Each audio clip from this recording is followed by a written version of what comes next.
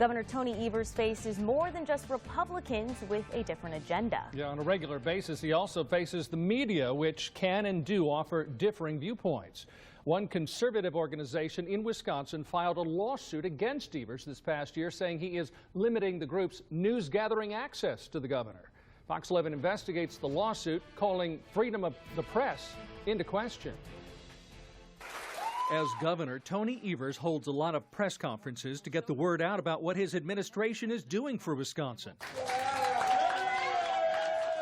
Those with media credentials from around the state and elsewhere cover the governor's events to report the news. But one organization is crying foul, saying its right-leaning coverage of the news is being left out.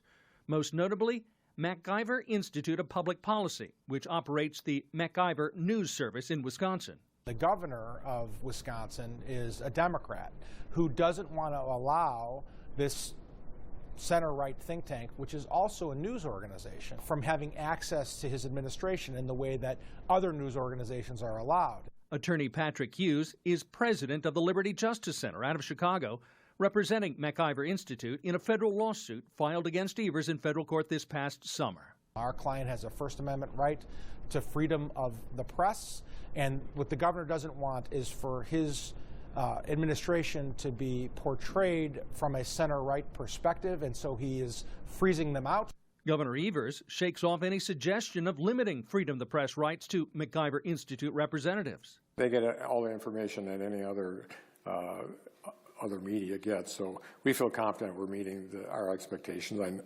When I have press conferences, I see them in the room, so I'm guessing that they have as much access as they need to cover. The lawsuit, filed in August in U.S. District Court in Madison, alleges Governor Evers is violating MacIver News Service's First Amendment right to freedom of the press. It says their reporters were excluded from a February budget briefing that offered background information ahead of Governor Evers' budget address.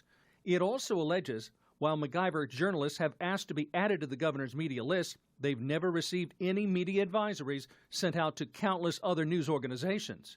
The lawsuit claims such an exclusion is also a violation of the Fourth Amendment right to equal protection of the laws. We think this is a terrible precedent for politicians across the country. A politician should not be deciding who covers that politician, and so we're suing to make sure that our client has the right to the same access as other news organizations in the state.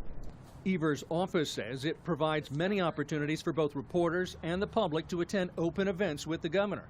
A spokeswoman for Evers telling the Milwaukee Journal-Sentinel, Governor Evers is committed to openness and transparency in state government, and he believes strongly that a fair and unbiased press corps is essential to our democracy.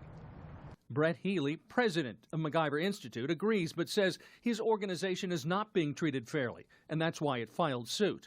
In a statement, he said, "We hope the judicial system will reaffirm the critical importance of a free press and make it clear that politicians cannot pick and choose who can cover and report on their public activities." We asked Governor Evers about allegedly singling out certain media, specifically MacIver Institute journalists.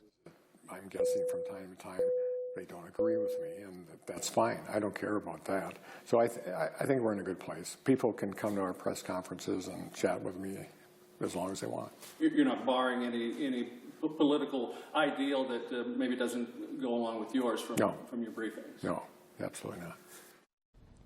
To date, Healy says MacIver Institute has not been added to the governor's media press list. The case in U.S. District Court is proceeding, albeit slowly, with a trial date set for February of next year.